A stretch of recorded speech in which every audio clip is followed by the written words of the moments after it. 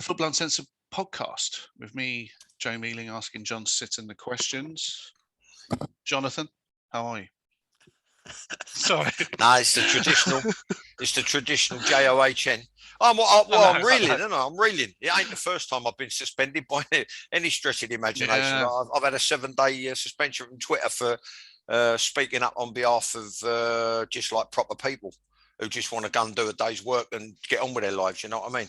And I spoke out Insulate UK. I had a little pop at geezer, but I thought it was quite funny. Yeah. And even my missus thought it was quite funny because it was never going to happen. I just said, like, look at this so and so, like a whack him round the face with a wet packet of shit. He glued his hand to a police van. Do you know what I mean? Me personally, I'd leave them there. When they glue themselves to the road, they glue themselves to the wall. Leave them there. And then when they've shit themselves or they've bust into the toilet, and they've got like piss stains down their jeans. These hand-wringing, self-righteous, self-entitled, pseudo-intellectual, tree-hugging scum that they are, stopping people going about their daily business. I'd leave them there. Even in the road, I'd put cones around them.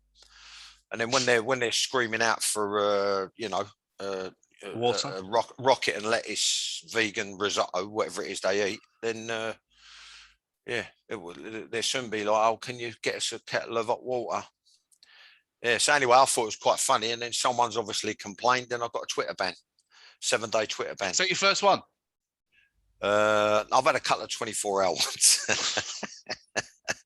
But that's what happens when you tell the truth. Yeah. When you don't, all this thing is all this ambiguity. It's like the nonsense going on with COP26. Someone quite rightly said, "Well, what happened to the first 25? What happened to COP 1 to 25?" And you've got this, like someone said, he's the only geezer. It's remiss of me not to remember his name. He was interviewed on the radio, and he just said it's not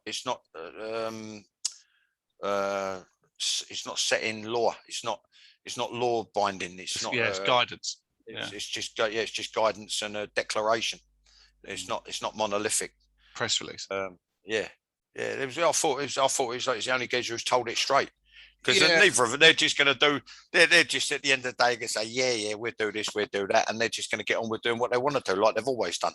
Well, I would say, be positive. You never know.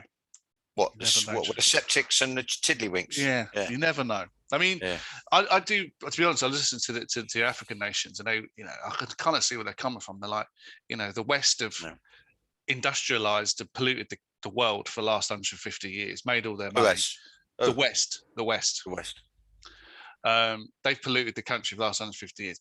Now the developing countries are starting to industrialize and develop, and now it's you got to cut emissions. It's like, well, I think you find it. There's a couple of things there that I need to pick holes in. One is if you ask the UK taxpayer, and most of the Middle East, with friends like the septics, you don't need enemies. That's the first thing. They're going to do what's right for themselves, especially if it comes to a pound note. And the second thing is it's a numbers game. So with regards to the thing, I mean, I don't think anybody should be held responsible for what went on 160 years ago, as in the Industrial Revolution. And with regards to everything else, it's as a consequence of cheap labour and a numbers game. So what you're talking about, developing countries, that's the only reason it was transferred there.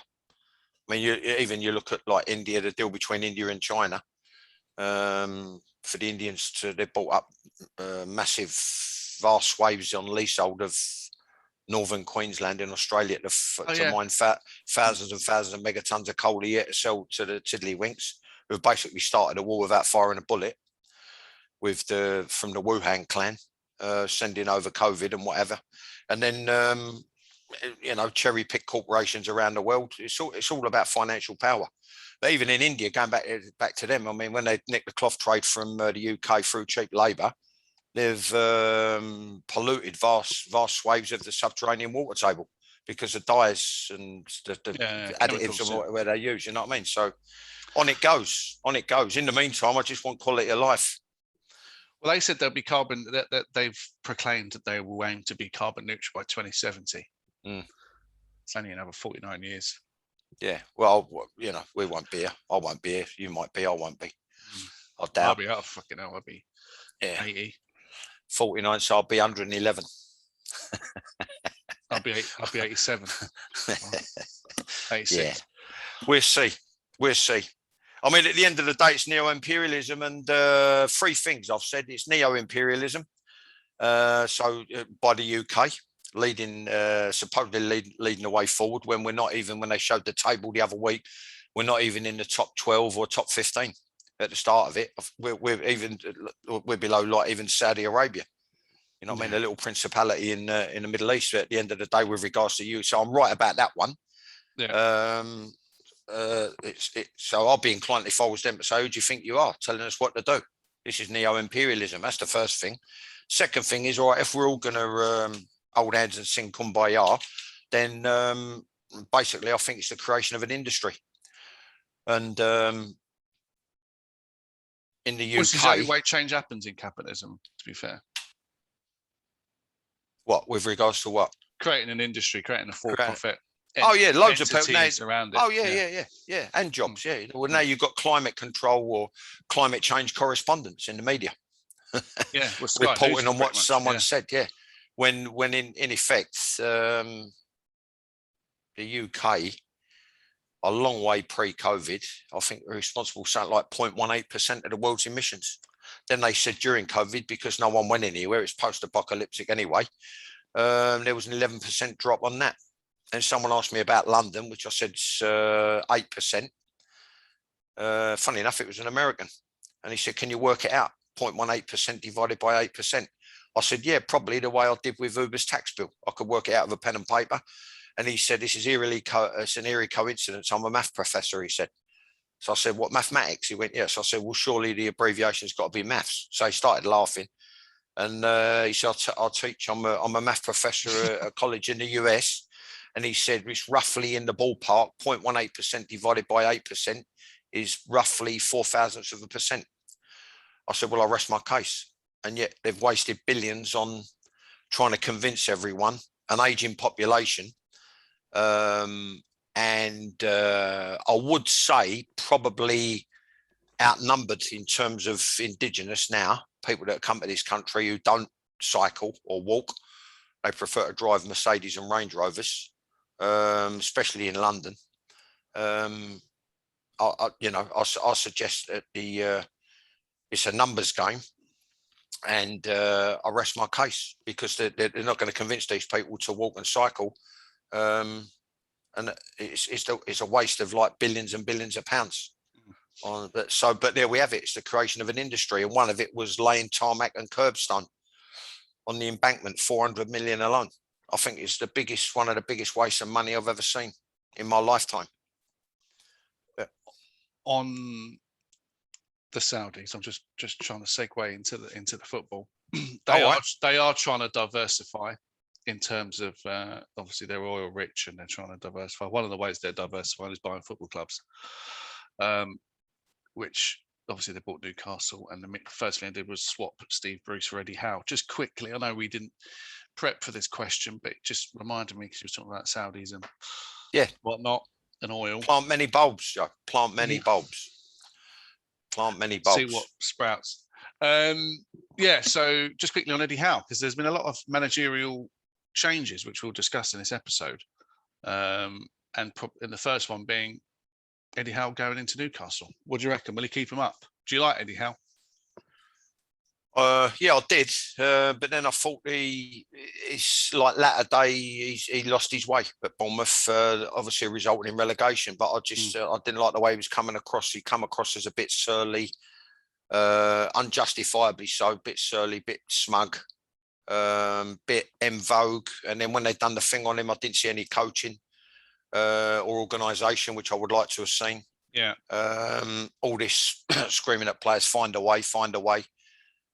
Sure, you encourage players not to be coach reliant and to think for themselves and to be innovative and use their initiative. But sometimes they need help.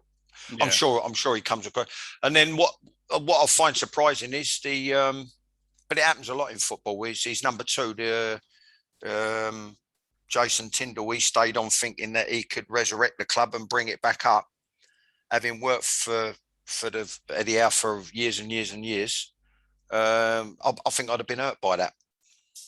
Obviously, like you say, well, yeah. I mean, if you've got, listen, if you're paying them their worth, you're paying them what they're worth, then they shouldn't have to worry about money and feeding their families. Only at the level I was at, I said to certain people, when they just said, well, you know, I'm done as well. I just said, no, you stay put and until you're told otherwise. Which happened to my youth coach, Pat Holland, moved him on. I just said, like, you know, you've got a family to feed and you made sacrifices to be here, so stay as long as you can and draw a wage as long as you can. I think I'd have been hurt by the fact that my number 2 had stayed on, but he's took him with him to Newcastle. And then, funny you should ask what you've, or say what you've said. It was on the thing yesterday, Joe, with regards to his priorities, and you know, talking about signings and football, the January window, this, that, the next. He just said that he's got one priority and one priority only, and that's to keep in the Premier League. So that'd be interesting to see how he does that. You know, there'd be the new manager bounce. There'd be maybe an injection of enthusiasm. He'll be well rested. Chance to do a bit of research, go around and watch other coaches, which is fine. But it tends to be the same game. Normally, I mean, it's all right watching other people work, but it's inevitably a lot of them are the same ideas regurgitated in a different language. So they said something about him going to watch Simeone or something, do a bit of work on the training field, etc. So he'll be refreshed, reinvigorated. I think he's been out of the game 15 months. Yeah, that's like a while. Yeah, he's lucky to get another chance. Yeah, that merry-go-round, you know, I mean, it was, you got to, I think he's get lucky. off it and get on it quite quick, isn't you? Yeah. It's a fantastic fan base, beautiful stadium. They're going to have like a nice bit of money behind them. I suspect he wasn't first choice. No, who was first choice, actually? There was a big person first choice. They weren't big. Emery, wasn't it? Oh, it is Unai Emery. Yeah, that's right. Yeah. Unai Emery. Yeah, relatively. He's just won the UEFA, isn't he? Relatively big. Yeah, but it's the same.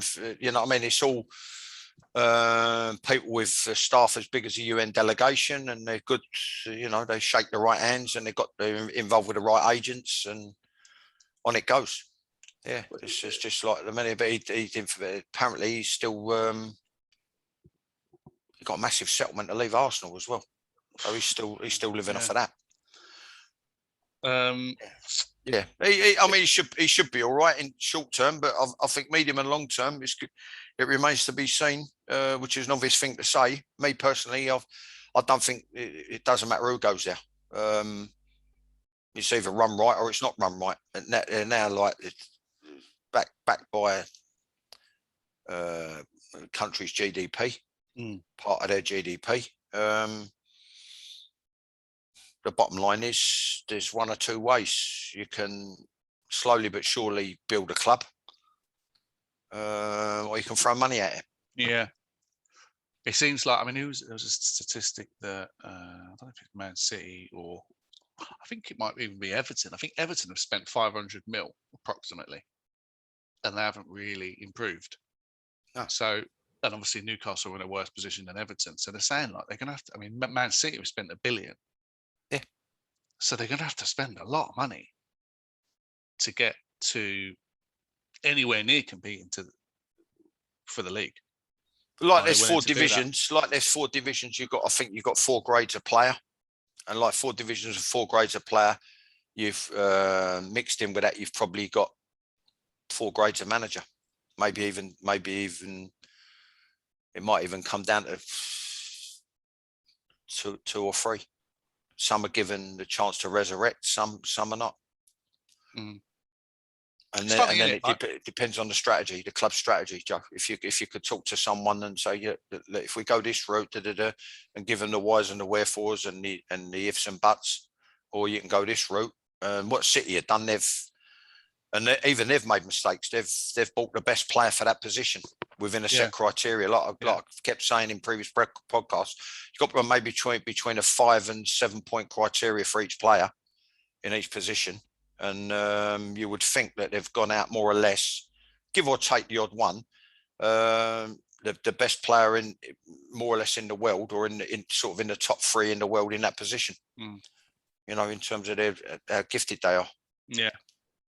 And then it's about how you assemble them. Well, on that, you just mentioned Man City. I might as well move on to the Manchester derby last Saturday, midday kickoff. Man City beat Man United 2-0 at Man United. Yeah. We obviously spoke a lot about Ollie in the last episode. Quite a big focus on him and the demolition at the hands of Liverpool. He rectified it with a spanking of Spurs, who then sacked their manager. We actually deemed it and coined it El Sackico, and that was proved to be correct because the Tottenham manager was sacked. And then he goes to Man City and loses in the most comfortable 2-0 loss I've ever seen. I think could have been 4-5-0 easy.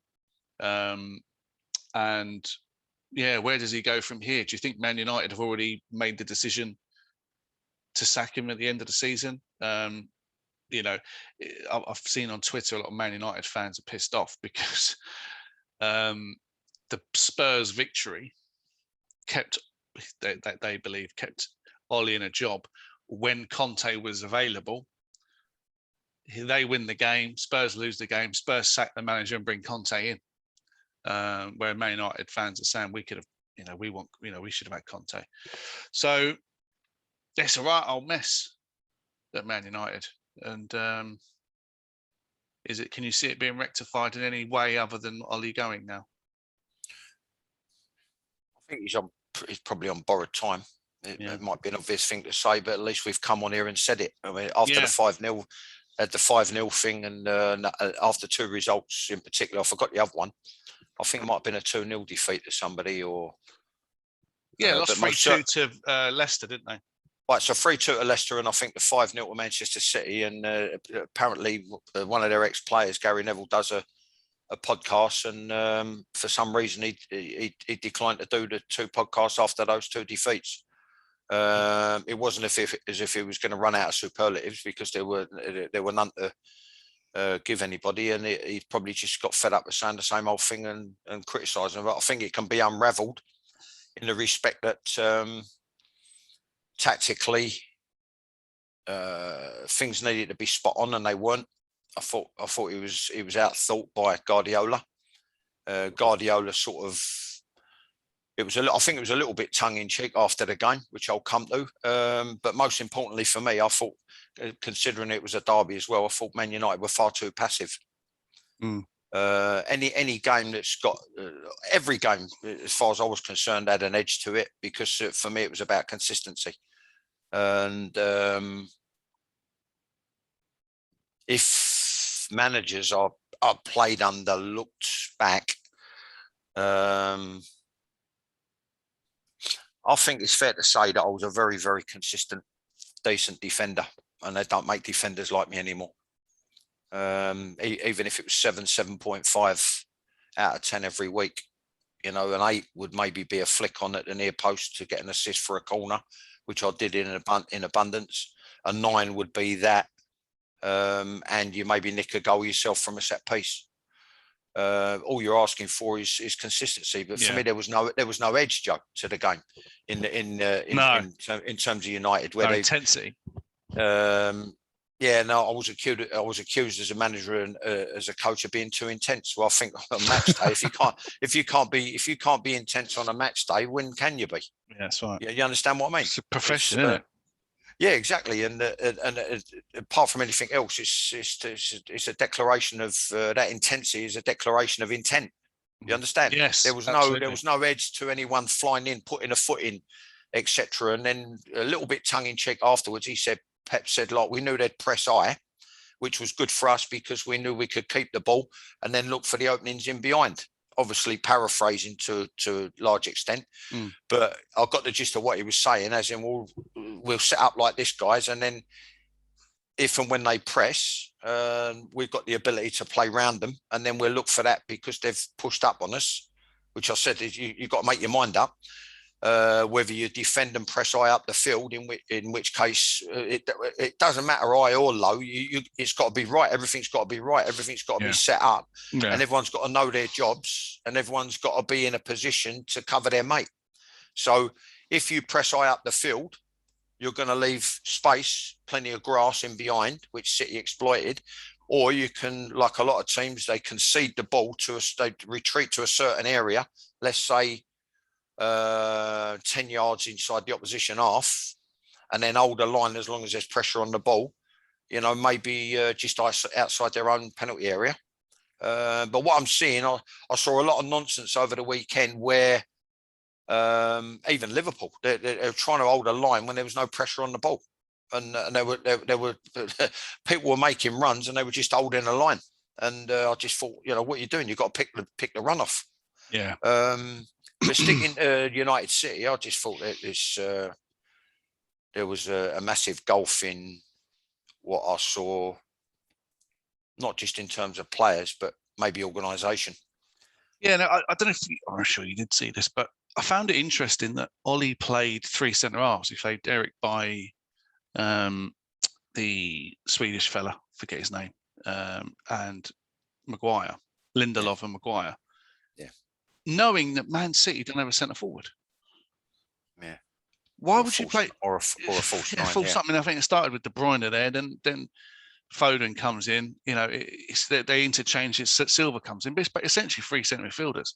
No one was on the last man, so you got 3 centre halves doing nothing, not marking anyone. When they had the play round, when the ball got switched, then it came back, and then if you look at the slow motion of one of the goals at Bailly, what he does, what you should be doing is you should be shuffling all the time on the move, decision making, and you should always be proactive in terms of your marking. If you look at Bailly there, he actually walks instead of getting back in position and marking on the right side, which could be inside to out if the ball's central, or on the outside if the ball's in the channel, knowing that your teammates are going to shuffle over, right? What he does, he walks here, he walks there, then he sort of back pedals, and then the guy comes into his eye line, and it's almost as if it's like he realises, I better mark him, and he just takes a step back and he marks behind him, right? But then you look when the ball goes wide, I think it gets set back, then goes wide. When it changes sides and puts it in, it comes in. No, I'm on about the thing with the own goal. Yeah, it was Cancelo ball, wasn't it? And then Fernandes didn't close him down. Yeah. Okay, right. Well, the ball comes in. If you look at him, he ain't done the work in terms of his recovery run to get his body position right. Yeah. Which is out and out. It's just a very couple of basic, very simple drills that you can do. Yeah. As a little reminder to the player, and then you can just inject a little bit of urgency into them by barking the right instructions in terms of their recovery run. And like obviously. It's a small coaching point and much used, but like with regards to his body position being open, sort of 180 degrees, so he's got that 180 field of vision, and he's facing the game. He's facing his goal and made contact to it. It's just sheer out and out laziness. If you was Maguire, if you was captain of Man United, and you and two of your fellow centre halves just shifting around, you got no one to mark. You're not even really talking to each other because there's no threat of runners necessarily. You just shift along. All the runners are going mega wide, pinning Shaw or what's his face, Wan-Bissaka, proper back and wide, which is what was happening. The ball, then they were dominating in midfield because they were pinning them back. Would you say something to Ollie and say, what the fuck are we doing here? It's just 3 dead players here, not doing nothing. It depends on your relationship with the manager. There was quite a few times I've said things like that. Yeah. And as at Chelsea, just as a decent centre back. So it doesn't matter if you're not captain. All right, fair enough. No, at Chelsea, obviously, I won. That was we know why Ronnie Harris lost the captaincy now. It was Ray Wilkins, and then I forget who it was after he left. It might have been Mickey Joyce, someone like that. But when you pipe up nonsense going on in training, and you think, well, what's it going to be like in the game, and you pipe up, It's like I said, because like now players are getting away with 2 good games in 5. I got castigated for 2 ropey games out of 14 as a 19-year-old. You know what I mean? But I still had the balls to pipe up. George was very, very, very good. The best manager I played under ever in my career. George Petchy at Millwall, we would allow you to express yourself, and if you had a problem or if you saw a problem on the football field, you could relate to Nicky Chatterton, or you could relate to George or his number 2 Terry Long, and he'd discuss it in the dressing room. Keith Peacock would sort of stare into space and like sort of semi-pseudo intellectual stare into space, looking for some feedback, and like you know, I could relate to his number 2 Paul Taylor a lot better. And then at Leighton Orient, Clarkey weren't too bad. Eustace, he weren't having any of it. He weren't having any of it. It's this, and this, and that's the end of it. So it took away that sort of autonomy in terms of what you might have as a player making decisions on the field. Having said that, I just think it should have been easier, or they should have made it easier to pick off. They're only ever going to threaten someone if the ball's on City's left, someone getting across Luke Shaw, or someone making a third run outside to in, an angled run from midfield, or a runner coming straight at you in midfield. So 3 centre-backs, you should be able to pick those runs off, because it's all about, again, it's a simple drill, retreating and marking. But one of the keys is, I always used to say, wave your head. Wave your head, wave your head. So basically, you keep checking the marking. You're looking at the space in and around you and behind you, whether anyone's looking to make a run. Wave your head, wave your head. So all you're doing is you're opening your body and you're looking around you, and you can pick those runs off. But yeah, I mean, it depends on the relationship he's got with them. I thought the problems is, like we said before, Joe. You've got 2 screening midfield players, and it doesn't matter what the combination is. So I'm not going to pick on any 2 players in particular. But I think one of them's got to the stage now, McTominay, where for me, he's just purely and simply been massively overrated. Because for me, he seems, after the amount of games, the number of games he's had, he's not assertive enough. And he still seems, vocally a bit timid. Yeah, just seems to be going through the motions, doesn't he? Yeah, there's no urgency, explosion, initiative, bossing. It's just, you know, physically he's not really found wanting, but then if you're not switched on in the mind, you're always going to be making up the ground. You know, I mean, I've found that a couple of times, but I don't know, it just seemed if De Bruyne is meant to be the focal point, or if whoever's meant to be the focal point of that 3 is constantly dropping in that hole, plus you've got the centre midfielders Gundogan, Rodrigo, Bernardo Silva. You know, those 2 centre midfielders, the holding midfielders, are going to be out overrun. Then numbers wise, they should have been able to cope. I just thought it was purely and simply it's a game of opposites, because I think that's where City can be at, really. Like they exploited United sort of down the side of the centre backs, a little bit of possession, play around, a little bit of possession, and then for one of the goals, and then the other one was the own goal. That's a shocking goal, wasn't it? That was job done. Yeah, and as I say, I could have scored more, and really, I mean, Man City lost the game previously to Crystal Palace, and that was because he played his second string side, which shows you that they're not quite as strong, that their strength in depth isn't quite as strong as people may think. But they're not as good as they have been over the years, Man City, and they still completely and utterly made it look easy against United. Yeah, in a big derby. Yeah, well, I mean, it wouldn't surprise me that if this is, you know, they're at this moment in time actively looking and courting people to replace him. I would imagine it'd be gone end of the season. Yeah. A lot of see how he does in the UK, Simeone. A lot of see how he does. I'd love to see how he does over it. Well, talk about, intense, and what you were saying, people criticise you for being too intense, but no, he's a leaf out of your book, isn't he? Very, very intense manager. Yeah, but I think he's got a good culture there in terms of, I think the players. It's funny as well, what I've always said, and I said it in my book, you talk about the reason we haven't done anything is lack of humility. Now, all of a sudden, all they're talking about at England level these players are humble and they're taking on board, and he's got a lovely humility about him. And you know what I meant by it was basically just being willing to listen. Yeah. And I've been guilty of being both sides of the fence. So I know what I'm talking about from experience. That seems to be another one that's volleyed around all over the place. Another buzzword.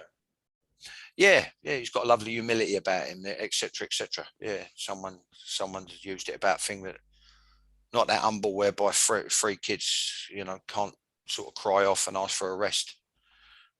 Which I mean, I don't get it, but that's just me. Everyone's different. Yeah, it's the world we live in now. Maybe you're ahead of your time, John. I mean, and some you never people know. have to fall by the wayside, don't they? You know, it's like fucking Vincent van Gogh. He died poor. You know, people only realised when he was gone how good he was. Speaking of I'm trying to link everything here to the nonsense I spout. So, it's all right. We're not paid professionals. We just love talking football, don't we? I know. Well, exactly. Yeah. I just like. Hopefully, I know. I'll tell you one thing: the subscribers has gone up again. So very quickly, while I think of slipping it in. Well, thank you to the existing subscribers who have been waiting for us to do another one, and welcome to the new ones. Absolutely, yeah. I'm glad. It's just brilliant to know that people enjoy what we're doing, and in particular listening to what you got to say, John, because it's high time you had a platform, and let's just hope this platform keeps going from strength to strength. Yeah, so we need subscribers for that. Yeah, we're edging. And it's about content, isn't it? You know, I think we could do a podcast where it's just you talking about the old days all the time, and you know that's fine, and that's obviously very interesting. But the fact, what I think is good about this, and but we shouldn't blow our own trumpet, I know, but is a line in the two. Your wealth of experience and understanding of the game, you know, from a practical player and managerial point of view, with what's happening in the modern day. And I think too many people either talk about one or the other and don't merge the two. And I think the blend is fascinating. Well, look, I said about the intensity, and I was accused of being too intense. That brings me nicely to something else, you know, that I've said in the past about whether it's England all the way down to league level, or even down to, I was talking to my brother-in-law managers at non-league level with regards to discipline, what people will stand for, what they won't stand for. Yeah. So that Conte springs to mind, and also they've done a it's funny, they've done a little chart in the paper of something that I've been talking about for ages, even from when I was coaching and managing, which is tactical adaptability. And they said, and what they've done, they give a list of all the different formations that Conte's played at his numerous clubs, but highlighting specifically at Chelsea, all the different formations he played. Sort of tying in with what you said about the El Sakico, and then Ollie gets out of jail after getting a good eye, not the Liverpool. He gets out of jail. They give Spurs, I mean, they're totally outclassed, outplayed them. Spurs weren't at it. It was damp. It was flat. I think it was terrible for Nuno. I thought it said so much more about the players than it did about Nuno, I'm afraid. He comes across to me as a decent man, a decent human being, a quiet, humble guy, thoughtful guy. And I would love to have seen him succeed. So he gets his marching orders. That gets Ollie out of jail. United lose out on Conte. Spurs go for Conte, right? And then all of a sudden they're highlighting what I was just saying. How intense he is, how demanding he is, all the things I was. Which I was saying to my brother-in-law the other day. Well, can't you do that? He said, "Well, you can't do that these days." Do what? Well, basically, he was talking about our. They struggled the other night. They got beat. I think they got beat 3-0 at Hornchurch, something like that. And I just said, "Can't you?" I said, "So what areas did it come from?" So I said about addressing it with this session, and then I said, "What about your patterns?" And he said, "Well, they're deluded." I said, "Well, why did you sign him?" He said, "You've got centre half, gets it off the keeper, he passes to the centre half, he passes it back to the centre half. I said, "Well, you can do a session at that time where you condition people to look forward straight away, get it out your feet, and you condition them. First pass, can you get your head up first pass? Can I look forward? You can even enhance it by saying, can I look for the furthest pass forward? But the bottom line is you've got to try and condition them to do damage. And it only suits the opposition. He said they won't be told. Anyway, get on with it. I said to him, well, fucking sounds to me like if I was coaching now, I'd be tearing what's left of my hair out. You know what I mean? With regards to the frustration. But it's amazing, like how you look at the thing from the non-league level all the way up to Premier League level. Yeah. And if someone can somehow articulate it like Conte's been able to do, with regards to it, the intensity in training, the organisation in training, the intensity in games, the organisation in games, the demands he places on players, the tactical adaptability, all of a sudden now they're singing his praises. And it's, like I said, new ball game now. I said it on Twitter just before I got banned. At Spurs, new ball game, different ball game for the players. Where we remarked before about them being overindulged, and now there's 2 managers gone under the bus within a matter of months. Yeah, and I suppose to be fair to the players, although they've arguably got 2 managers sacked, certainly probably the last manager, they were willing to adhere to the intense way of playing that Pochettino and the demands that Pochettino put on them. I mean, they were one of, if not the fittest team in the league at the time when Pochettino was manager. So it's not like they haven't got the humility to buy into that. I would suggest, because they did it under Pochettino.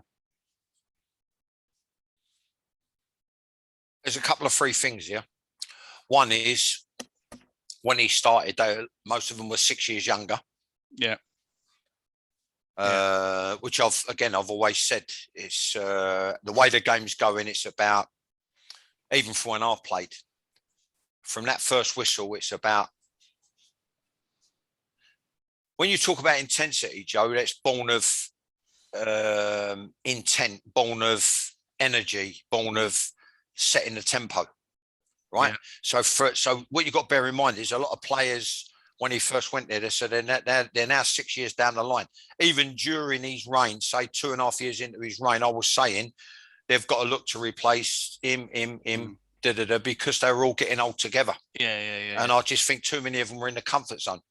But credit to him, the things that I was hearing that came out of the club was with regards to, he had a certain way about him whereby he had time for everybody and people liked him as a consequence of that. Yeah, he was he showed the little touches, which I always regarded it as bullshit, really. Someone coming through the thing and leaving your staff in mid-conversation to come make a fuss of an agent coming through the door. It's just but they remembered it, the fact that the manager of Tottenham Hotspur went and engaged with him. He's a nice guy. Everyone said he's a nice guy, and it turned out that nice guys normally don't achieve anything. Some do, some don't. Yeah. Some do, some don't. But the general consensus, even the way back to when Alan Ball said it, nice guys don't cut the ice. That's interesting. It was a quote from Alan Ball. But what I would say is Ferguson would be the perfect example of that. Yeah. Well, I think he's right in what I said, and this who might disagree. It's somewhere in the middle. Yeah, it's what I wanted to try and achieve, or what I was working to achieve with regards to the young players coming through. You meet somewhere in the middle, and it becomes a sort of like a tough love. So, like, you've got the 2 extremes. Be overly nice and be overly aggressive, and somewhere in the middle. I think we said it before, didn't we? It's better to be feared than loved. I don't know. It turned out I didn't have either, because I never had a contract. I did it on an handshake. Fuck me. Yes. Yeah, but they leverage everything. Well, that was down to my love for the club and my naivety. I didn't want to put any more of a financial burden on a place that was already losing $500,000 a year, which was a lot of money back then. Definitely, yeah. Anyway, by the by, the bottom line is, the way I see it, a lot of the reasons that you're talking about, I think, are as a consequence of players being 6 years younger. Yeah, that's fair enough. All right, so say you're Conte, or say you're John Sitton, which you are. You've been given the job at Spurs. What do you do? How'd you change it around? Well, without a shadow of a doubt, you've part of the negotiations would have been. See, if I'm going in, I'm talking to Levy, because I'll tell you what, questions have got to be asked before I answer your question. Questions have got to be asked about who's made the appointments. And then some say it's Levy, some say it's the sporting director whose name I can't pronounce unless I'm actually looking at it. You know, isn't it? Yeah, multi-syllable, full of vowels. Yeah. You know, you've got to look at you've got to look at who made the appointments, right? So there's a couple of things. One is, without telling the players, a lot of them are in the last chance saloon, and without Levy declaring it, I would imagine the sporting director, whatever his title is, he's in the last chance saloon. Although Conte could get him out of jail. Part of the negotiations would be, if it was me, I would have said, if I was still moving in those circles, I would have said, you don't even have to. You just got to be a lover of football and a supporter who watches the game every week. I've kept a watchful eye on how things have gone at the club, and I've kept a watchful eye on the players. And there's certain players now that are coming to the end of the line at this club. And can we earmark some funds for some people that I've got in mind to replace them, right? So that would have been part of the negotiations. The talk is 150 million euros, which I don't think is going to buy a lot in January or at any time, any given time. So really, the core element, it goes back to the core element of what I've always spoken about, which is, and I never saw it under Jose. We don't know what happened under Nuno because there was no documentary being made at the time. It's about coaching and organising and making sure. And it's another thing that I said 26, 27 years ago now, paying attention to detail and being pedantic and being specific and repeating it until you get it right. So that everybody knows what they're doing, everybody knows their own job, and everybody knows the job of the people around them. I don't think Spurs have had that. No. They look like, at times, 11 individuals run on the football field, and it's make a decision as you think of it. Do what you want. There's too many players there even around the 50 million mark. I don't think they're anywhere near good enough. People say, they've got potential. Well, when you're paying 50 million, I don't think you should be paying. So again, the advice that Levy's had or the decisions he's made himself, I think are questionable. You don't pay 50 million for potential. No. You understand? There's too many players there. I can rattle off the names. I'll be inclined to go with a couple of the ones that come through the ranks and try and improve them and work on them. Although, looking at some of the what they've done during games, you've got to question either them as a player, their decision making, or some of what they've been taught by the coaches through all the age groups, right? So it's like I've said before, that I wanted to put in place. If you know, and it's about whether you know. If you know that the people that you're putting in place are going to give out top drawer information and really improve people, you know that as they go along the conveyor belt further down the line, Joe, they're going to make life easier for the people above them who inherit them. Right? Yeah. So when they actually come into the first team fold, you haven't got to go over old ground in terms of what they should have been coached when they were like 17 or 18. Yeah. And unfortunately, in my time, that's what happened. I was going over stuff that they should have been taught at 17 or 18, 16, 17, 15, 14. You understand? Basics. Yeah. You should just paint the mold as opposed to fucking remolding them. The mold should be there, shouldn't it? Yeah. Or just rinse it out under the tap. Yeah. You know what I mean? And ready for bump. And I'll get you what you're saying. Yeah. So I would think a lot of work's got to be done, and it will be done. It might come as a culture shock to some of them. So formation, what would you do? How would you change it round formation-wise? Obviously, at the moment they play a 4-2-1-3. Listen, if he gets a tune out of them, he will confirm himself. Confirm to me the reason why he was voted Coach of the Year 3 times in Italy. Okay, because quite simply, I've been saying it I don't really care about Spurs. I'm not a Spurs supporter. I've had a lot of Spurs people who have bought me book, a lot of people who relate to me they're cab drivers, or they relate to me on Twitter and they just want to talk football. And I honestly believe, and they've all gone up in my estimation, because when I saw that documentary, right, I just thought to myself, these supporters are unbelievable, because they've been fed so much crap over the seasons, over the years. It's amazing to me how they even still put their hand in their pocket for a season ticket. That's what I truly believe. You understand? Yeah. In answer to your question, I think every single compartment of the team, right, to a larger or lesser degree, is knackered. I was going to say effed, but knackered, right? As in, it needs replenishment, and it needs like more. It needs better players. It needs youth. It needs more energy, and it needs organising and coaching. Right from the goalkeeper all the way through to the front two. Son and Kane. And it's funny, a little thing, when they done the double page article in one of the papers about Conte, as well as the back page, right? They regurgitated a thing that he said, what we've said on here about Kane with England and about Kane with thing, and I didn't even know the article existed, but they regurgitated an article that, or they rewrit an article, or they put in an article that had already been written, quotes from Conte about Kane, one of the best strikers on the planet, or the best striker on the planet at this time, and how would you handle him? And he said, I would want to get the best out of him in and around the penalty area, paraphrase. I would, in no way, shape or form, would I ask him to come deep, in no way, shape or form. All right, okay, he might have been trying to throw a grenade in because he was coming up against him. And, you know, he'd been asked to come deep and link play by Pochettino or Mourinho or Nuno, right?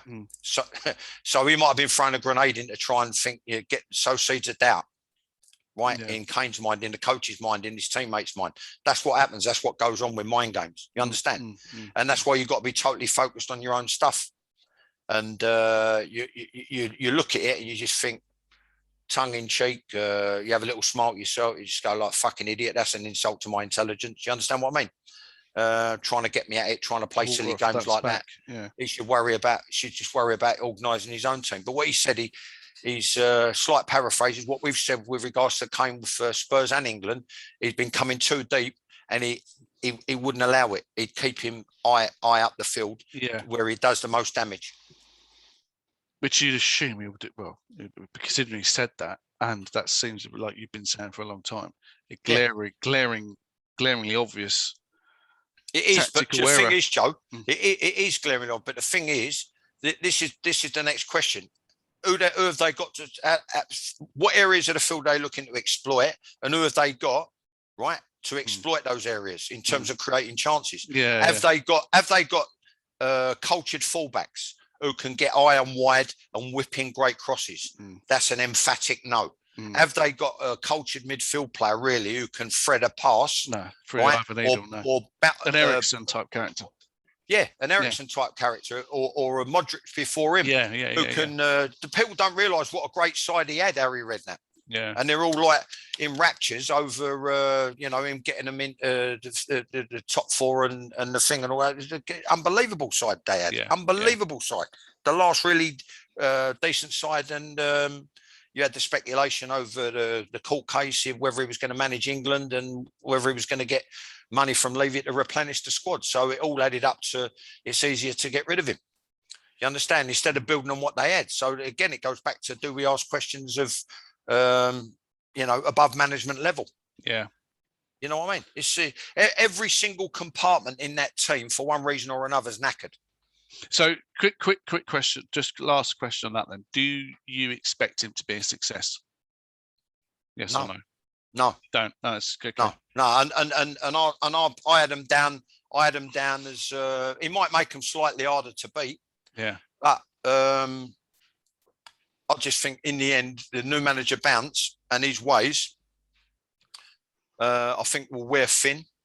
I think they'll, to a large degree, it'll fall on deaf ears, because after a certain amount of time, unless it can be given mega money to replenish the whole squad, because from top to bottom, it needs replenishing. Yeah. And I've been saying it for 5 seasons. I've been saying it for 5-6 seasons, because there was one period 3 years ago where I just said, maybe 4 years ago, under Pochettino, what they've got to do now, they've got to look to replace the centre backs, because they're all getting old all at once. And they're Fergie was a master at that, wasn't he? Sorry to interrupt you, but rebuilding at the top. Yeah. But it just, even when one comes along, and then what you do, you just fade them in. You fade them in and fade one out.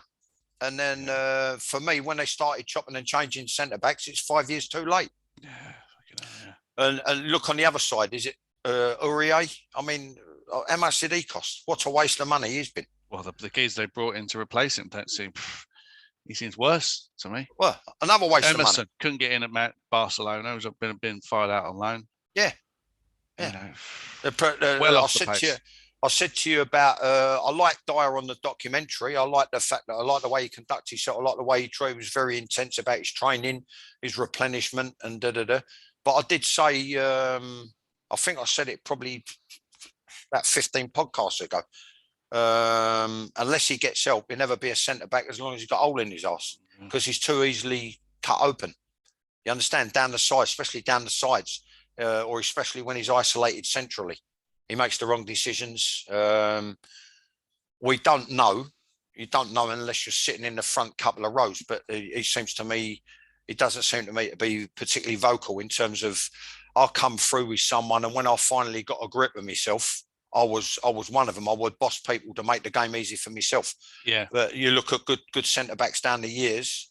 He had a good career out of it at Spurs. Paul Miller. He's always been very vocal. Graham Roberts, very vocal.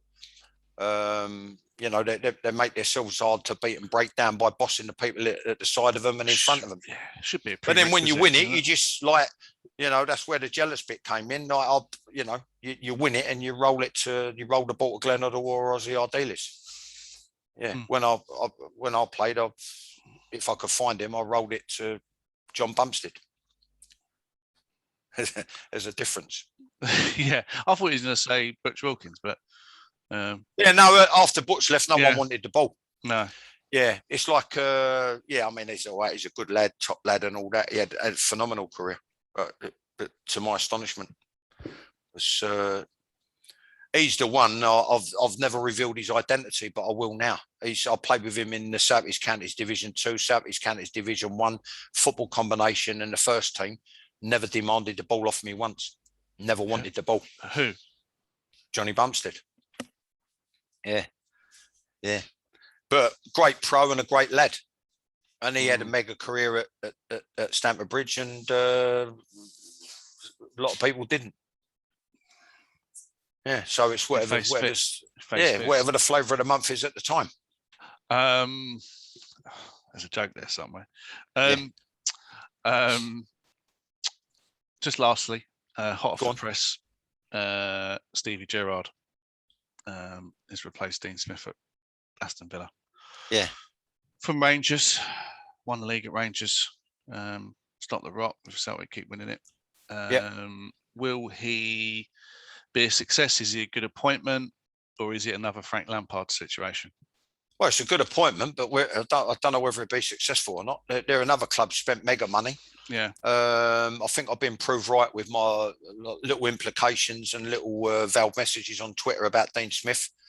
And I even sarcastically said maybe what I should have said is I'm a Leyton Orient supporter, because he kept saying how he's brought up on the manor and he's a Villa supporter. I thought he was getting away with blue murder, with the diabolical patterns, the lack of competitive edge, the diabolical defending, and above all else, as a consequence, the diabolical inconsistency. And you know, had to clear a mess up at first, which inevitably you have to do. Yeah. Some clubs are more of a mess than others. Had big money to spend in Villa terms. Yeah. And they're still like where they are in terms of the inconsistency and not really pushing on. So whether Gerrard will be a success or not, I don't know. I think he's quite possibly, it's geographical as much as anything. He's done his term in Scotland. He's probably a long way from home. In terms of living that part of Cheshire somewhere. You've got like to the right, the United, where they live, and then to the left where the Liverpool lot live. Yeah. And I should imagine he wanted to get home. Ideal opportunity to get back in the Premier League this time. Yeah. This time as a coach manager, as opposed to like a player. It remains to be seen. If he, you know, I see a lot of similarities in terms of the standard of players that he's going to be dealing with. To the one, Villa, Villa, in terms of the ones at Rangers. You understand what I mean? You're looking at a group of players who probably, like, their ability-wise, they're probably on a par. Yeah. And I don't, for 1 minute, say that sort of, you know, insulting or disparagingly. No. I just think if you put all the Villa squad in a Rangers shirt, they would probably do as well in Scotland as he has done. So I don't think he'd be found wanting, because he's going to be dealing with a similar standard of players. Yeah. It'd be interesting to see. Yeah, it all depends on whether he can sort of assemble the troops. A slight risk, I would suggest. Yeah, it is. But yeah, because he's not managed in the Prem before, and they need to stay up. I mean, you've got to start somewhere. Yeah, but you've got to start somewhere. And I'll say good luck to him. Yeah. Yeah, true. Yeah, it's nice to have another English manager in the Premier League, although one's taken another one's place. But the way it's gone. Well, Howe's come. Oh yeah, Howe and Bruce. Yeah, they both netted each other out, haven't they? Yeah, and the same with Gerrard and Smith. Yeah, Farquhar. 1 for 1, isn't it? Got sacked from Norwich. Ain't got a replacement yet. I suppose they give themselves an international break for that. Yeah, we said the thing, didn't we, a couple of weeks ago when you asked me who's the worst manager? I said, well, on paper it's got to be him. Yeah. But I said I can't have it with this parachute payment. You know, it's made the parachute payment redundant. Yeah. If you're not going to have a go, if you're not going to roll your sleeves up, have a go and really pitch in and buy a couple of top quality players, I mean, what does it say about the club? You know, it's all very well cost effective and all that, but surely you can do both. Yeah, I suppose they haven't got the money, have they? I mean, what's it? Delia Smith. I mean, fuck me, she don't even sell cookbooks anymore. She's not on telly.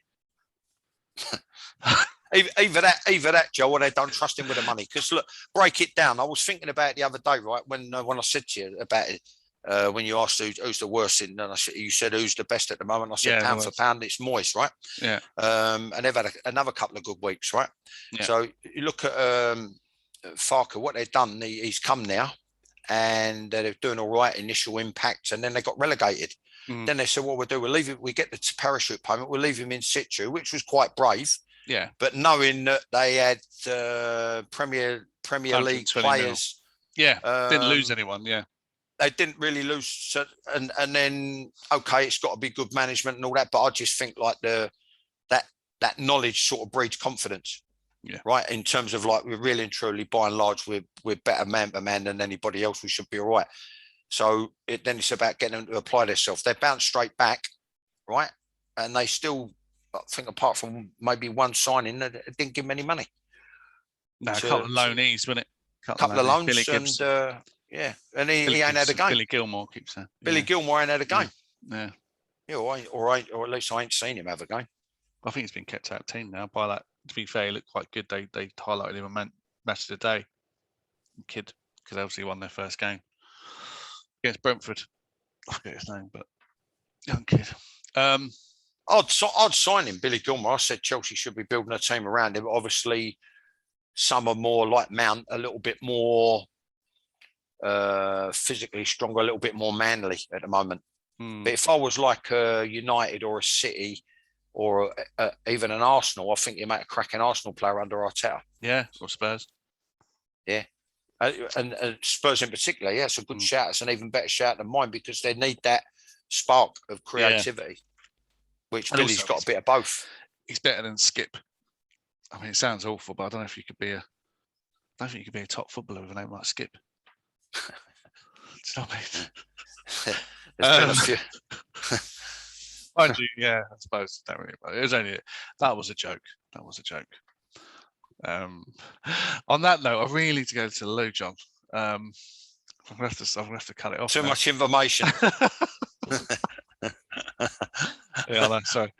But yeah, good set. Well, at least you can have a read of the paper. I've got to go to work now. Oh, right, yeah, okay. Well, you got to have your eggs, didn't you? Yeah, I'll have a couple of eggs and then go. Oh, okay. Toast? Maybe. But bread, I've cut down on bread. Have you? Cut down on pasta, cut down on rice. As in, I ain't had any. Yeah. Well, you're looking good, mate. We're trying to keep the thing off there. Had a young lady swearing at me last night, calling me old this, old that, all because I had the audacity to tell her she'd nearly rolled back into the cab 3 times. Yeah. Charming. I'm sure you're used to a few swear words. Now and again. If you live by the sword. Yeah, that's right. I bet she fucking hell. I bet she thought, fucking hell, who have I come up against here?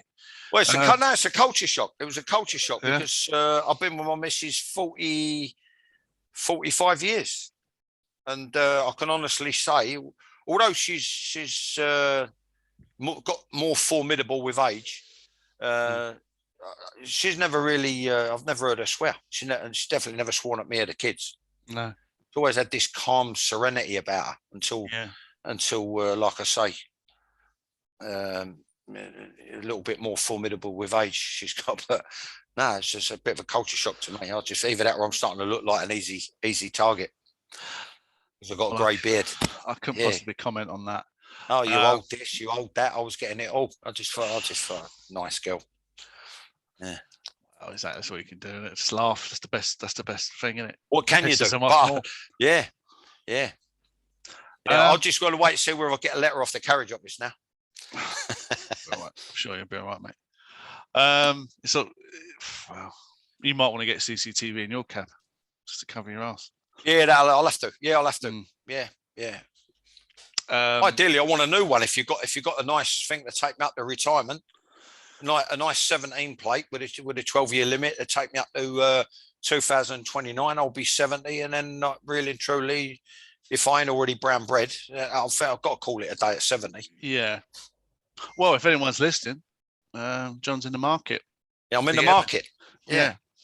All right then. Well, as always, thanks everyone for the like, subscribes, the comments, the questions. We do appreciate it. And yeah, we'll see you anon next week. International break, which we hopefully will cover, and then we'll go back to the Prem. Yeah, that's right. Yeah, after the international break, I mean, it's 2 buys, isn't it? Really, Friday, isn't it? The first one, Albania. Yeah. I should imagine all the Albanians are taking a day off in London from whatever they're doing. North London. And everyone are tuning into the game. Yeah. But just a big thank you to the subscribers. Again, watch, like, share, subscribe. And as soon as it's our podcast, free advert. If anyone wants to raise any questions, tactically or about training, and something I'm going to be putting up on my website, I will be available for clandestine coaching clinics. So interesting. Yeah, just if anyone needs any help or advice, that could be your 3rd book, you know, John. Yeah, no, I thought about it, but it won't sell enough to justify, because you're not an household name, and you know, you haven't shook the right hands. It's weighing it up, Joe, and being selfish, because I've never been selfish, and it's time to be selfish, right? Of course. I've basically been very giving, and it cost me money to stay in the game as a player. And then I look at the sacrifice I made as a coach or a manager, and basically it wouldn't sell enough copies to justify the information that I'm giving out financially, if that makes sense. I wouldn't be getting the financial reward that it deserves in terms of enhancing what I learned at the FA, and then taking it sort of up a couple of notches in terms of, so that's the way I feel about it. Yeah. All right. Well, let's discuss that offline, because there might be other ways of doing it. But I really do need to go. All right, mate. So a big thank you to you as well for your time. I know how hard it is trying to juggle all the balls and all the rest of it. So I really appreciate you giving up the time. People don't realise you do it and come up with questions, and just so we can sort of have a little chat about football. No, cheers, mate. Appreciate that. I appreciate it. No, well, thank you. And let's see you next week. Yeah. All right. Cheers, John. Cheers, mate. All the best. Cheers, mate. Guys. Bye-bye.